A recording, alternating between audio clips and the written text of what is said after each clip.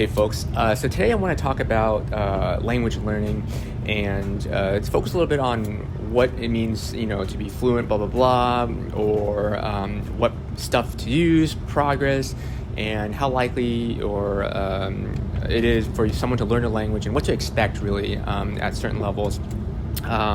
I know for anyone who's been in the process, I think they'll always wonder, are you fluent? Or how long does it take to be quote unquote fluent?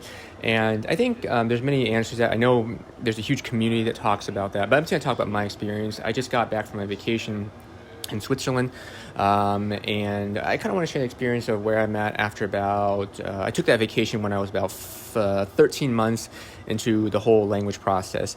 And to be straightforward, before I start the video, I am always been I knew no French coming into this. I took 3 years of Spanish when I was in high school, but I always struggled because back then, there weren't a lot of good programs to help you learn, software, apps, or whatever.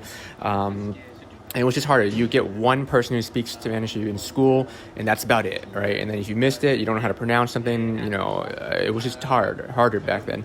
Now it's a different story. And so anyway, I do also speak different languages. So I speak both English and Vietnamese to start off with. So there is some of that. And so it does help in terms of understanding, and helps with French a little bit because a lot of the vocabulary in Vietnamese are actually borrowed from French because of the history of colonization in that country. So there's that, although in some cases it makes it a little bit difficult because, the words are pronounced slightly differently. But nevertheless, it does help in some of the grammar structures and stuff like that. So but it doesn't have to be just Vietnamese. Knowing any language as a bilingual person will give you help already. But that being said, I was always a pretty average person of average intellect. So I want to make this video to show what's possible for an average person. You don't have to be some kind of genius or anything to go forward. So anyway, I did this video, and I'm doing this video in English because it's mainly going to target an English audience, obviously. But the first question I'll ask is, am I fluent? No, I don't think so. If a lot of people who learn languages, they'll use that European CFRL, whatever test it is. It ranks you from an intermediate or beginner all the way to what's called native. And it goes like A1, A2, B1, B2, all the way to C2. C2 being the highest proficiency, and A1 being a total beginner. So after about a year, I land to about this B1 position right here. Roughly speaking, I'm ballparking it. It doesn't really mean anything, but it helps set goals and everything. So I guess the question is, I think that's a pretty realistic goal for most people to get to B1 if you just study for about 45 minutes every day for about a year. 45 minutes, maybe an hour, roughly speaking. But the key is to do it constantly, consistently.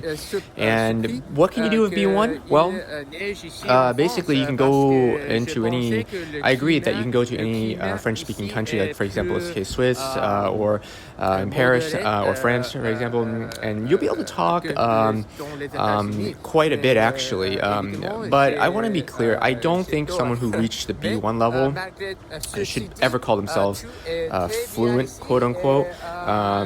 This is just my opinion. There's different definitions. Some people would say you need to be, C1 to be fluent. Some people say B2 is considered enough.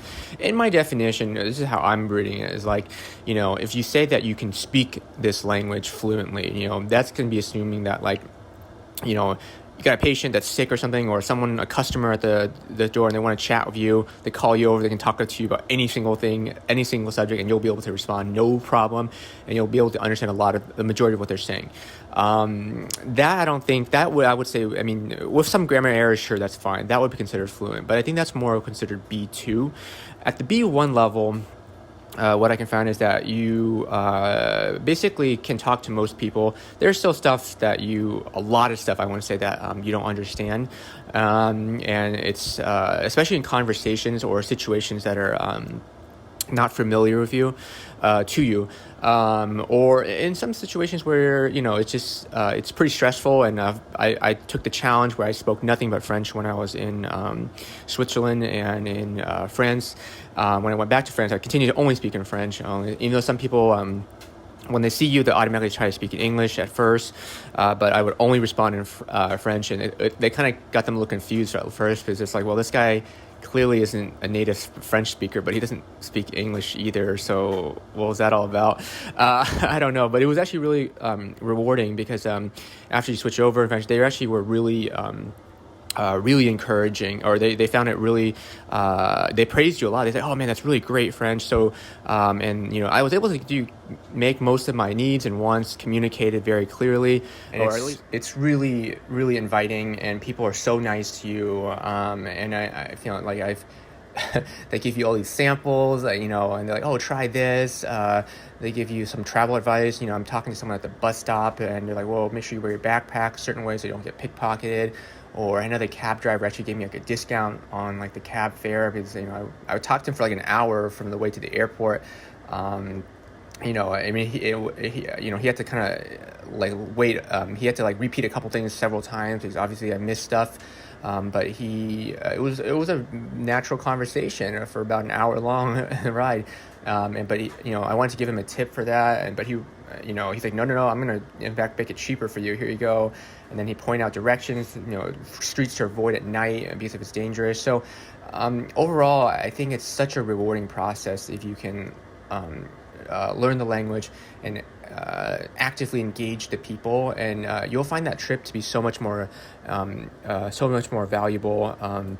Because minus like the Eiffel Tower or whatever, or other famous, most of the things I like to do when I'm in another country is basically not the touristy stuff. I like to just talk to people, just anyone. I don't really care. And to me, and when there was a strike at the train station between France and Switzerland, I actually loved that. It gave me an opportunity to like talk to people. When I go to like the laundromat, I get to talk to people, and just some people don't enjoy that. They want to see the more touristy thing, but things like that are really amazing. And just every time you go to another country, I think it would be awesome just to try to get to the B1 level at least, and before you have it. I can't imagine. I'm excited to see what happens if you reach to the B2 level when you go to another country.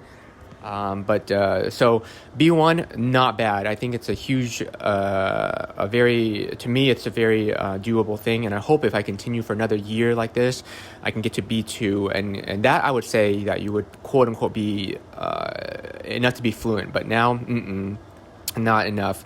And I do think everyone has their different abilities. So for me, for some reason, I think because I talk a lot for my YouTube channel.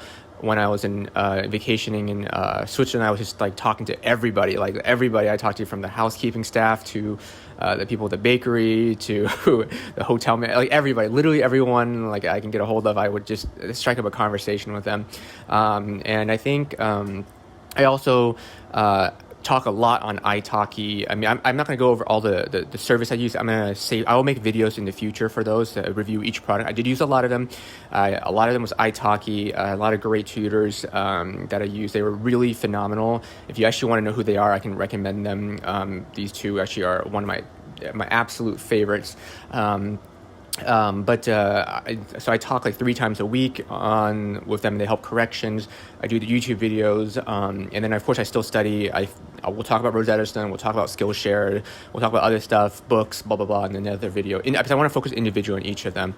But right now, since I just got back from Switzerland for my vacation, I just want to talk a little bit more about the experience overall. What does it mean to be B1, and it's the amount of effort you need to put in to get to that level. But don't be afraid, because to me, I feel like my listening abilities is not as good. Because some people, I've watched videos of, I did Rosetta Stone for XYZ, and at the end of the day, after 1 year or whatever, they say like they can quote unquote speak French or speak Italian or speak Spanish, and I just want to make sure it's a little more clear what that really looks like. Or some people a lot more people have the opposite problem, where they can hear everything, but for some reason they can't speak, which is it sounds weird to me to hear that, but I guess it's everyone has their own ability, and some people are better at one part than the other. So that's something to think about. But don't be discouraged. Eventually you work on it, you'll get better at it. For me, it's still listening. There are times when I think that's my weaker areas. I think is listening, but so that's where it is at after about. I mean, today it's been like about 14 months now, but since my vacation, all my YouTube videos, that's about 13 months in. It is hard work, and if there's any thing else for that one, we'll talk more about it later. But that's kind of what my experience is with that, and what it means to be a B1. It's definitely, to be clear, B1 is definitely very, very good to be for traveling. But in stressful situations, there's no way you're going to be able to get it very because you need to get more details. And when it's like specific, like when you're at like the post office, for example, in a French speaking country, and you need to fill out specific forms, and they're telling you directions that are very specific, I don't think that's enough for the B1 level, unless you, I mean, especially if you lack the vocabulary. If you visit a couple times, you'll be able to understand it. But it's I think you need to get to B2 before it's considered adequate. But yeah, that's kind of all I have for today. Just a general overview of what's possible, I think, in my experience of B1.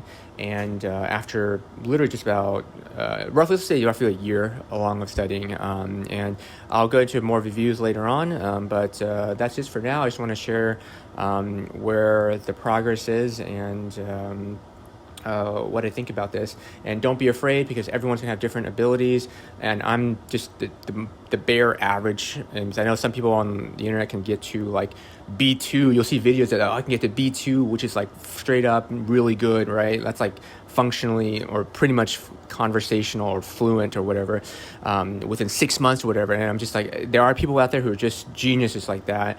And I forgot to mention, I did this without living in a country that spoke French, basically.